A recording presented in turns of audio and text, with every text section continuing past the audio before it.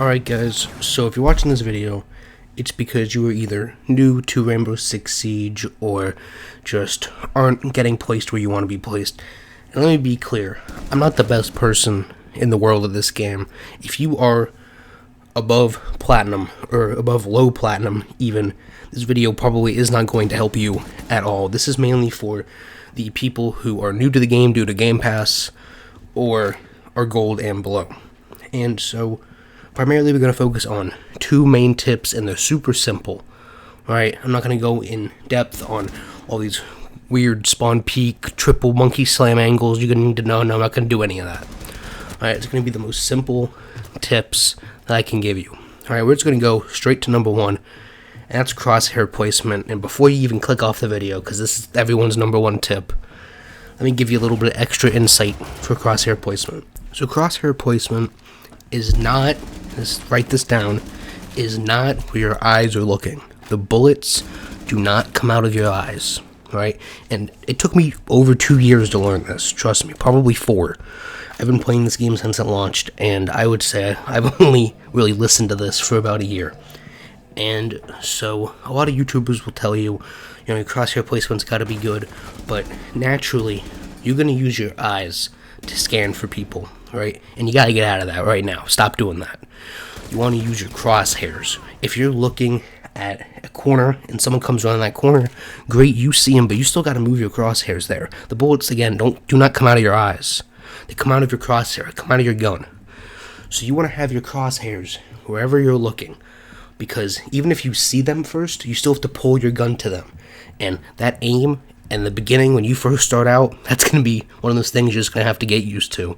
It's going to take you a while to get that good, but once you get that good, and if you have good crosshair placement, you'll land a lot more shots. So again, do not use your eyes as your crosshairs. Your crosshairs are your crosshairs. Aim where you are looking. Do not independently look around, and I'm not saying you got to have tunnel vision, alright, because that'll get you killed too. But look where you are aiming. You can look around, but do not deviate too far from your crosshairs, because if you snap to somebody with your eyes, again, you're not going to kill them with your eyes. You got to have your crosshairs where they need to be. That means banking corners, you want to have your crosshair not right on the corner, because if they come, again, since you're probably new, if they come speeding around the corner, you're not going to react fast enough to kill them on that corner. You want to have them about an inch or two off the corner, so that when they do come around the corner, you're ready to track them as they keep running. Alright, I hope. Now, tip number 2 is a very generic one and kind of blends in with tip number 3. And that is just map knowledge. And that goes with just playing the game. You're going to get smacked on every single map until you know it. Right, and I guess that is tip number 3 also, is you just gotta lose. Right? You're going to think you know a map inside and out, and then some dude's gonna triple wall bang you from across the map. But now, you know that angle, and now you can hold that angle and do the same thing that he did to you, right? A lot of this game is watching people kill you with specific tactics and angles and strats, and then using those exact things that smacked you to smack other people, right? And that's something that you really got to be on the lookout for, especially if you're playing in casual and still getting used to the game. Highly recommend watching how you died. That'll help a lot if you know what strats people are using, what angles people are holding, because essentially, again, not at the beginning, as you play, you should be turning a corner into the room, and you should know every corner of the room, where people are going to be sitting, what pieces of furniture are in the room that you can shoot through and can't shoot through.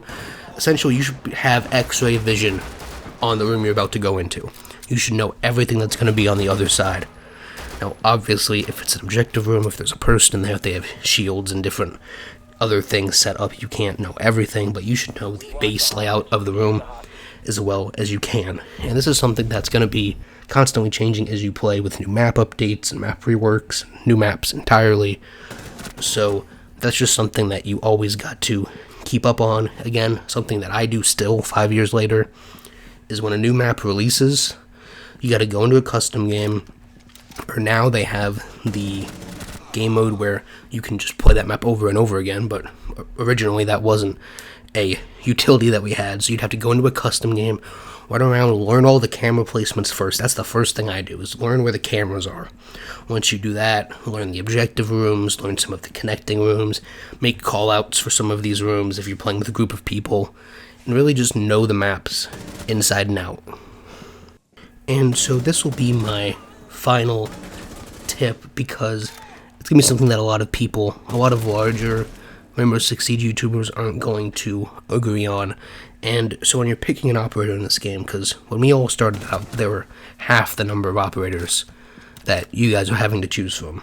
So when we started out, we ran through the operators, picked the ones we want. There weren't many choices. You had to buy them all. Now I believe you get a lot of them for free. And so once you go through, again, do try all of them, or at least the ones you get for free, the base operators. But do try them all out. And once you find one that you like, stick with that operator. Do not, just because you lost a round, be changing operators every round. When you're first starting out, you're going to want to just learn an operator and learn them really well. Have that be your fallback operator for later.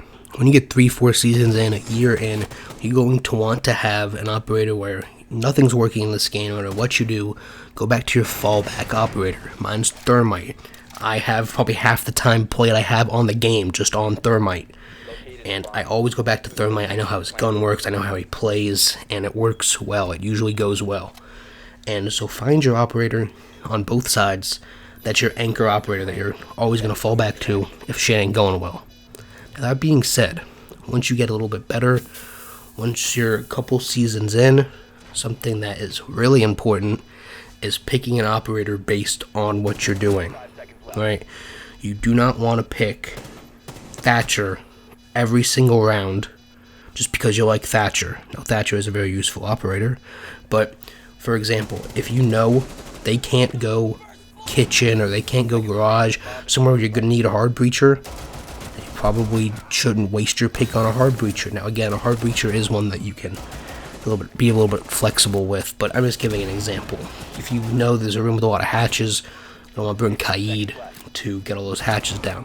And so again, this isn't right now, but a little bit further down the line, you're going to want to be flexible with what operators you're bringing to every single round.